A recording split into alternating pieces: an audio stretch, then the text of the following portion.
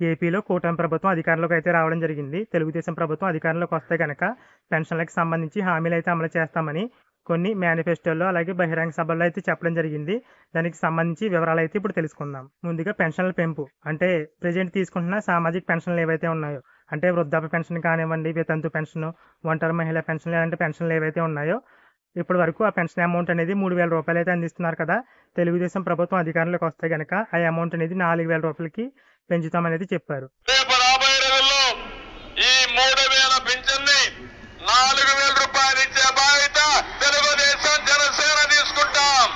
అలాగే వికలాంగ పెన్షన్లు ఏవైతే ఉన్నాయో ప్రెజెంట్ ఆ అమౌంట్ అనేది 3,000 రూపాయలు అందిస్తున్నారు. అలాగే తెలుగుదేశం ప్రభుత్వం అధికారంలోకి వస్తే ఆ పెన్షన్ అమౌంట్ అనేది అంటే వికలాంగులు ఎవరైతే ఉన్నారో వారికి ఆ పెన్షన్ అమౌంట్ అనేది 6,000 రూపాయలు అయితే ఇస్తామని అయితే చెప్పడం జరిగింది. అలాగే పెన్షన్ల పెంపు అనేది ఎప్పటి నుంచి అమలు చేస్తామని చెప్పారంటే ఏప్రిల్ నెల నుంచి. ఒకవేళ చెప్పిన హామీ నెరవేరిస్తే కనుక ఏప్రిల్ నెల నుంచి అంటే ఏప్రిల్ నెలలో 3,000 కాకుండా 1,000 అయితే రావాల్సి ఉంది సామాజిక పెన్షన్లకి. అలాగే మే నెలలో 1,000, జూన్ నెలలో 1,000 ఇలా ఆ 3 నెలలకి సంబంధించి మొత్తం కలిపి 3,000 అయితే రావాలి. అలాగే జూలై నెలలో సామాజిక పెన్షన్ వచ్చేసి 4,000 ఇస్తారు. గతంలో రావాల్సిన 3,000 అలాగే జూలై నెలలో రావాల్సిన సామాజిక పెన్షన్ అమౌంట్ వచ్చేసి 4,000. ఈ మొత్తం కలిపి సామాజిక పెన్షన్దారులు అంటే వృద్ధాప్య పెన్షన్, వితంతు పెన్షన్లు ఇలా ఎవరైతే అమౌంట్ తీసుకుంటున్నారో వారికి జూలై నెలకి సంబంధించి మొత్తం అమౌంట్ వచ్చేసి మొత్తం 7,000 రూపాయలు అయితే ఇవ్వాల్సి ఉంటుంది. ఇక వికలాంగ పెన్షన్లకు కూడా పెంచిన అమౌంట్ అనేది ఏప్రిల్ నెల నుంచే అందిస్తారా అని అయితే అడుగుతున్నారు.